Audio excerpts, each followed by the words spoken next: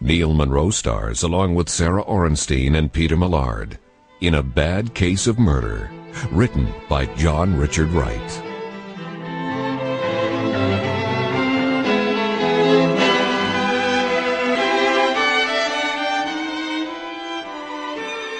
Gentlemen of the jury, you have heard all the evidence in this case. It is your duty to adjudicate the facts.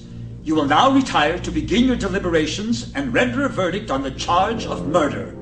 Bailiff, take the jury out. All rise for the Honorable Lincoln Black. Have you noticed, Wellington, how the trains become more comfortable and warmer the further north we come? It probably has to do with Texas being a stagecoach culture. Yes. Next stop, Chicago, then a clear run to the east and home. Be snow, without a doubt. Yes, and Christmas with Abby. Shall we go and find dinner?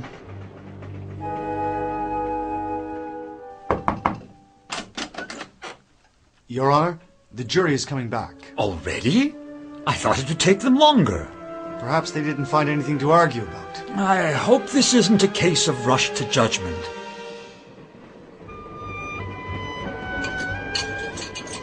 And one stopover in London so I can renew my acquaintance with Chief Bull, and then on to Toronto. Surprise Abby. What's in that bundle you've been guarding? Ah, yes, well, it's a present for the good lady. I had a saddle maker in San Antonio build a marvelously handsome doctor's satchel for her, entirely of rattlesnake skins.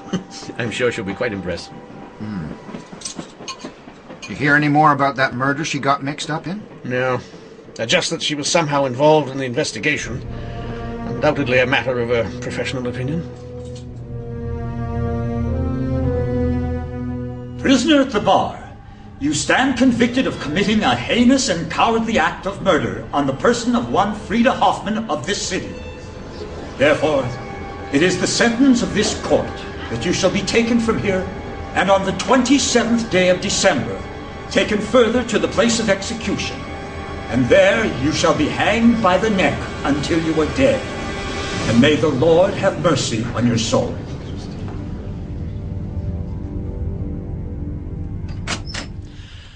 Well, Daniel, did you find suitable gifts for your admirers? Are you all right? You're white as a sheet. Have you been hurt? Shot? Quentin, it's Abby. Here in the paper. Well, what is it, man? What's in the paper? She's convicted of murder. She's sentenced to hang.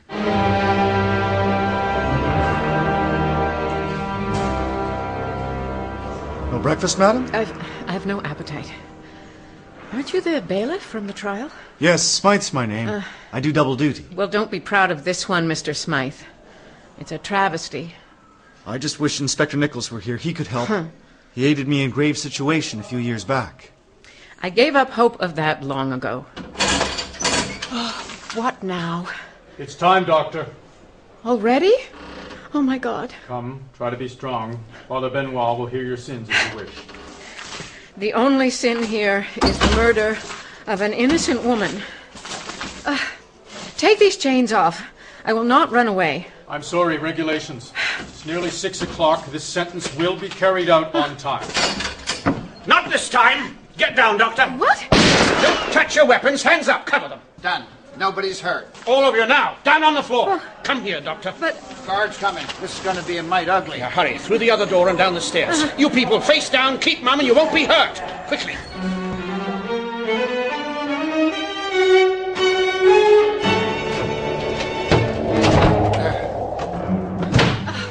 Safe? In this hovel? I'm a condemned murderess. You're quick to ride to the aid of everyone else, but I have to stand on the gallows to get your attention. But is that the thanks we get? Quentin, I was terrified. About to die. My life was over. And then, like some cowboy, you appear at the last second full of vinegar, shouting and shooting. That was our only opportunity. And no word. He did telegraph you early last month. I'm not talking to you. I'm talking about months and months. One letter, 2.5 pages long, 140 words. I wrote you 16 letters. 16. Did you read any of them? Oh, well, yes. No matter what I say, I'm wrong, right? Don't try to wiggle out of this. Look, woman, I just risked Wellington's and my life to save yours. Doesn't that carry any weight with you? Don't you look, woman me, Quentin Nickles. I almost died. And now awaiting my capture. Here's Smythe, Inspector, and in the nick of time, I'd say. Smythe! Oh, Lord, they found us. No, it's all right. He's our inside man. He owed me one. Inspector, Doctor, Mr. Wellington. There's an uproar in Toronto, but I dare say they'll not find you here. Do they suspect who did it? The police are calling the jailbreakers the LaPierre gang. Oh. And Chief Constable Lemon, where the devil is he? Oh, he's at the Hotel Dieu Hospital in Montreal, recovering from a bout of consumption. It was in one of my letters. All right. Now, we must get to the bottom of this. Tell me, who was this Frida Hoffman and what happened? She was a well-to-do widow, also my patient and the landlord for my clinic. I was treating her with digitalis as a heart tonic and diuretic when 2 months ago her heart quite suddenly gave out. In her will, she bequeathed the clinic and 2 acres around it to me. 2 weeks after burial, a court order suddenly had her exhumed. An autopsy found lethal amounts of digitalis in her body, and I was arrested. The papers labeled me the demon doctor. Well, thank your lucky stars they did. Wellington and I were in London when we spotted the newspaper story. Yeah. Yeah, who conducted the investigation? Detective Kettering of the Toronto Constabulary. Well, I see Mr. Smythe has kindly brought us those train tickets I requested, so I shall pay this Kettering a visit. I have known Dr. Lapierre for years, Detective Kettering. Not only is she incapable of murder, she's been invaluable in her service to the police. Yes, I'm aware of your relationship. But you see, women often become hardened, vindictive, even dangerous, when abandoned. What in the thunder are you talking about? Well, you did leave and trot off to Texas, didn't you? I was on an official assignment for the British government, sir. Yes, but see it from her side. At trial, we showed how this abandonment made her anxious about having to make her own way in the world. Then she found a sick old lady, leaving her a fortune in property. Penniless, impatient, and feeling victimized, she plotted. Finally, just a little push. You are barking mad, sir. You're talking about a professional healer. A woman dedicated to saving lives. Damn it, man. What sort of investigation did you do? Who else had motive? None. Then your investigation was flawed, deficient. Well, I may not be the great Inspector Nickles, but I sure as hell know a murderess when her medical bag is stuffed with copious amounts of the drug that killed the victim. Yes, rather convenient, wouldn't you say? Who found the body? Her son, Frederick. Did you check him out? He's hardly a suspect. First, he received the lion's share of the estate, and next, he erroneously shares your view that Dr. Lapierre is innocent and moved heaven and hell to save her. Dr. Lapierre is not a killer. The criminal mind works in mysterious ways. Oh, a mind that works. How refreshing. Oh, Inspector, where were you at 6 o'clock yesterday morning? Are you saying you suspect me, an officer of the law, of involvement in that jailbreak? Oh, it's just routine. Ah. Yes, well, very well. Here. My man and I were on the Grand Trunk on our way from Chicago. 2 cancelled tickets showing we only arrived in Toronto this morning. So, who do you suppose perpetrated such a cheeky escapade to snatch her away from legal execution? Well, I'm surprised you haven't already figured that out too, Detective. One can only deduce it was that dastardly and infamous Lapierre gang.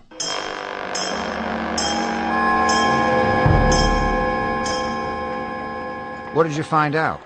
That man's a horse's ass. He's fixated on the obvious. Can you believe it?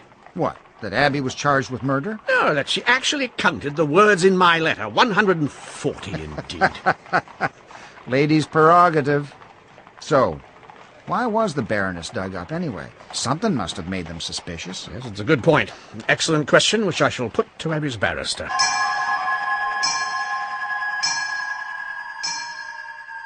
And as Abby's barrister, you had no credible defense?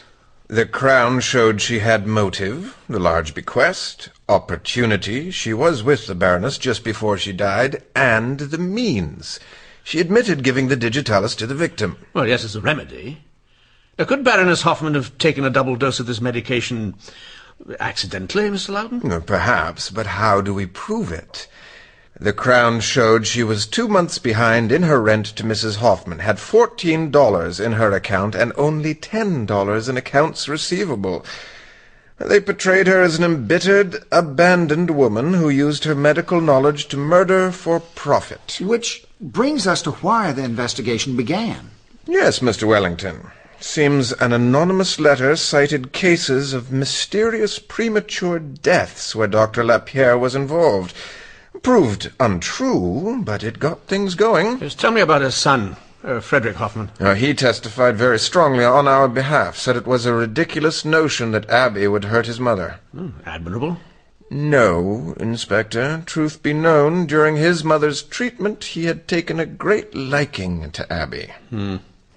What do you think happened? Well, the very worst. Frida Hoffman took an accidental overdose, but with Abby found guilty and on the run, that's an admission of guilt, you see. Well, yes. Far better if she was innocent and dead.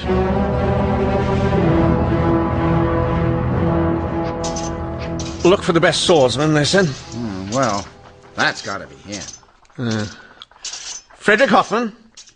Good day, gentlemen. How can I help you? Inspector Quentin Nickles. This is my assistant, Daniel Wellington. How do you do? Nickles. Inspector Nickles. Mr. Wellington. This is indeed a pleasure. When did you arrive? Do you know what's happened? Yes, Mr. Hoffman. That's why we're here. May I compliment you on your skill with the foil? Thank you. At Heidelberg, I was privileged to study under Maitre Bernard Swiderman, foil, épée, and saber. Swiderman. Impressive. One of the deadliest swordsmen alive. Now, have you ever heard of André Lutz? Maitre Lutz? Of course.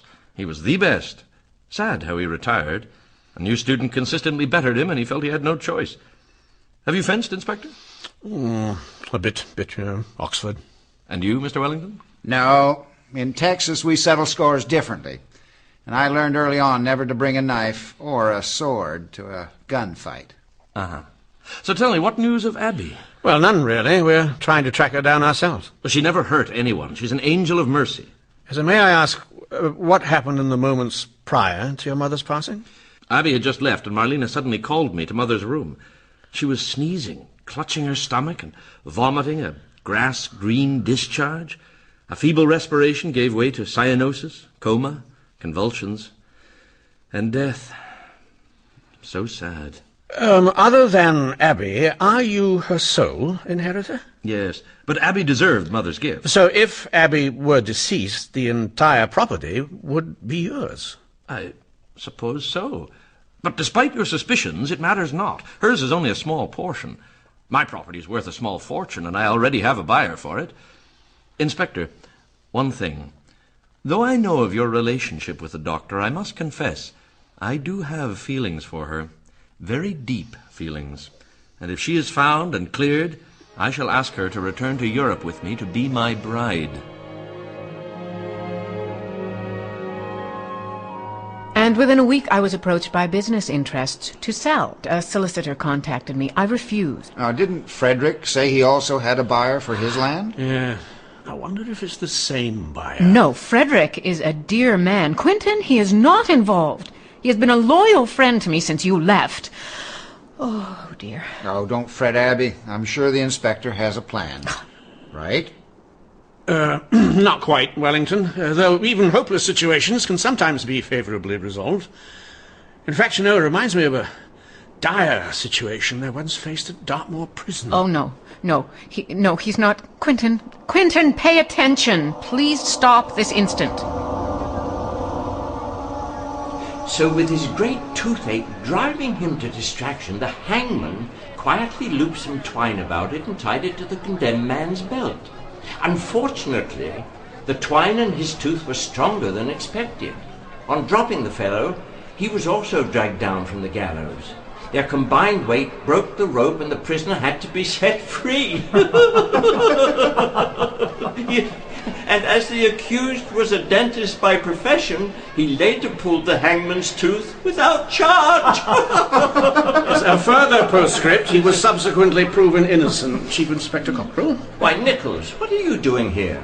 I thought executions were not your cup of tea. Well, they aren't, Chief Inspector, but I must stop this hanging. Good God, man, you're responsible for him marching to the gallows. Are you saying he's innocent? No, he's eminently guilty, but of multiple murders, and they're all in my docket. Well, he's about to get justice, Dartmoor prison fashion. Now, you don't understand, sir. Without proving him guilty of all, the paperwork for these cases will haunt me to my grave. But he's about to mount the gallows.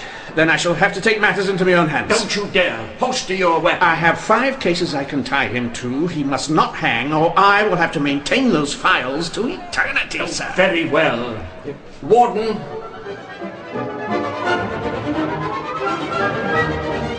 By the way, what happened to the man you saved from hanging? Oh, him. He was sentenced to life so the doctors could study the evil workings of his mind. Then one day he was working in the prison's record room when a huge file cabinet fell over and finished him off. You're saying he was killed by paperwork? If I was the heartless creature that you are, I might have. I've got it. The Huron Company, Land and Commercial Enterprise Development. Let's see. That's the one, all right. We seem to be on to something. I wonder what they're developing. So do I. Read the list of the officers of the company. I'll bet you a pint that Frederick Hoffman is one of them. Let's see. Lodge, Thompson, Etherington, Wetmore. No Frederick. Damondrat. But here's a director's name that might interest you. Mr. Justice Lincoln Black, the judge who sentenced Abby to hang. See here, Inspector. She was found guilty of murder by 12 of her peers, and the sentence was just. My business interests are totally irrelevant. Now, unless you'd like to cool your heels at Her Majesty's pleasure, I suggest you cease questioning my integrity and get out of my chambers. Sorry, Your Honor. We'll leave straight away. Wellington, come on. Off we go. Oh, what about his company trying to buy Abby's clinic? Let's go, Wellington. Wait. I shall say this. While I am a director of Huron, I am not involved in its daily working. Now get out. Do you believe him, Inspector? I don't know. Judge or not, he's one of the mercantile elite. The power brokers building this city for a handsome profit. Only question is, how far would they go for that profit? Quentin? Mm-hmm. Isn't that one of my medical books? Yes, picked a clinic lock and borrowed it. Need a list of digitalis poisoning symptoms. You could have asked me. I'd rather read them from the textbook, if you don't mind. Seems what we have here is undoubtedly bad case of murder. Inspector, Abby, there's a posse coming up the track. Kettering, Constables, and Smythe. They have rifles and dogs. Oh, no, Smythe betrayed us. But never mind that. The jig's up. Grab your coat and to the horses. Wellington, head west. Abby and I shall head south. Do what I asked you and rendezvous where we agreed at 7 tomorrow evening. Now go! Well, at least Smythe didn't betray us. He's in jail. Kettering figured it out and tracked him to the cabin. A lone flash of brilliance and an otherwise simple mind. What else? Abby's land is smack in the middle of a major development plan just outside the city limits. And guess who's building it? The Huron Company. You win the Silver Spurs. And one thing in the project's way? Abby's land. Right. The land clerk says her clinic and acreage compromise the frontage. Huron has been trying to buy the Hoffman estate for a year, and their building permit expires this month, meaning they had to acquire the land and begin construction or lose the permit. Oh, and I happened to see Judge Black and followed him for a bit. And he met with Frederick Hoffman? No, he met a girl at a cafe, one much younger than him, Marlene Lemieux. So? So Marlene works as a maid at the Hoffman estate. Black and Hoffman's maid together. According to Frederick, Marlene was with his mother when the Baroness became ill. Now we have a link from her to the Huron Company through Black. My, what tangled webs we weave. But, sir, Mr. Hoffman is not in. It's you I wish to speak to, Marlene. I'm from the Ontario Constabulary. Oh. Yes, you're in trouble, my girl, and I want nothing but the truth from you. We know all about the Huron Company. The Huron Company? I know nothing of that. We have a link between you and Judge Black. Oh, no. As his lover, my evidence shows you were involved in his little business dealings. His business? No, never. He found me pretty, desirable. That is, not so terrible. True, he is older, but... Yes, I meant such as helping his Huron company secure the sale of the Hoffman estate through murder. I had nothing to do with any murder. Did you ever bring extra doses of medicine for the Baroness? No, never. As I said in court, 1 dose per day in the morning. And did you measure it? No, Mr. Hoffman does that. He mixes the doses in advance. The morning she died, the doctor was visiting and gave the Baroness her medicine.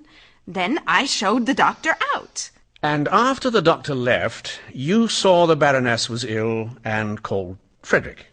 Well, despite what I said at the trial, in truth, I did not call Frederick to his mother's bedroom. He called me. He had sent me to the kitchen for warm milk, and when I returned, she was in terrible pain. He was at her side, trying to help her, but in vain.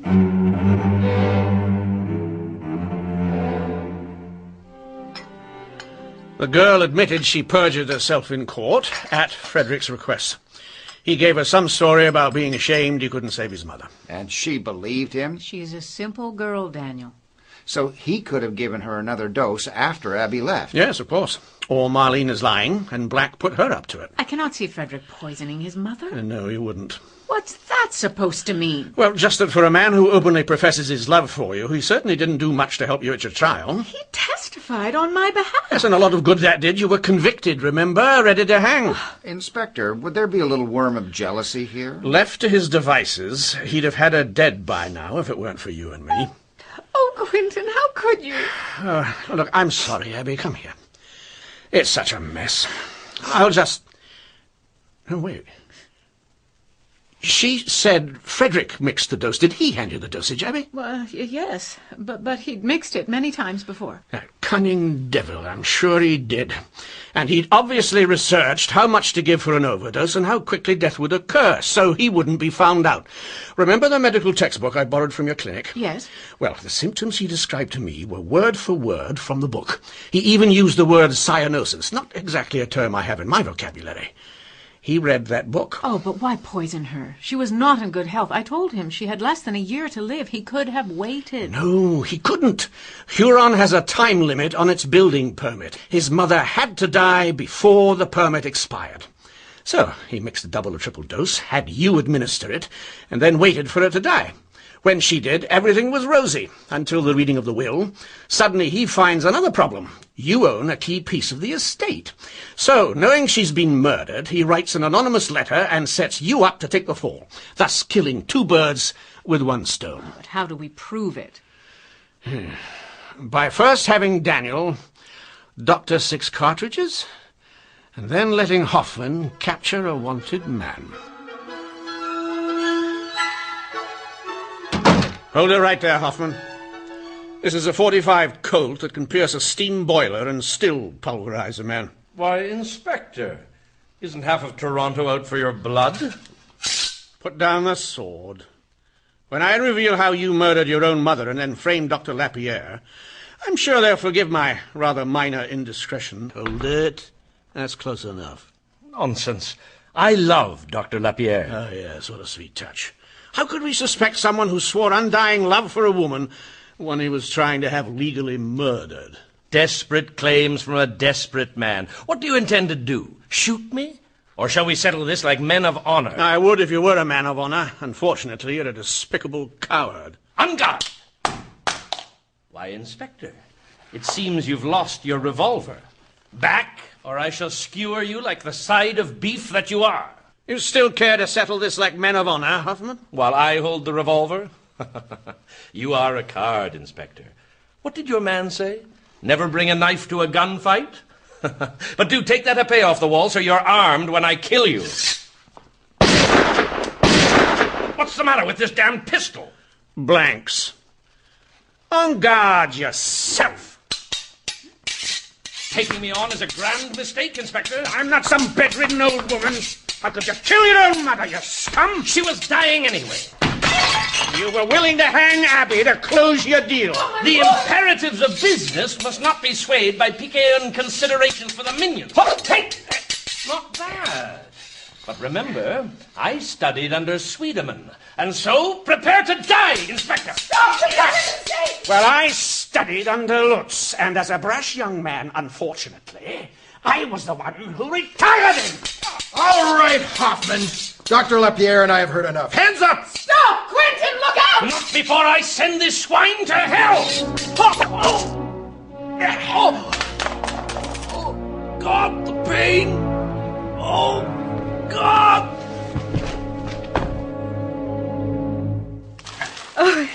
Oh, Quentin. It's a snakeskin doctor's satchel. My. So it is. So it is. How interesting. How unique. And you had this made especially for me. Well, you'll certainly stand out from your peers with that bag. Oh, no, it's too nice to use. On patients' rounds. No, I shall put it in my office where I can cherish it.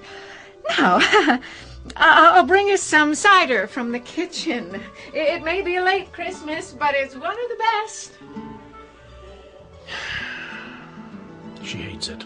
With a passion.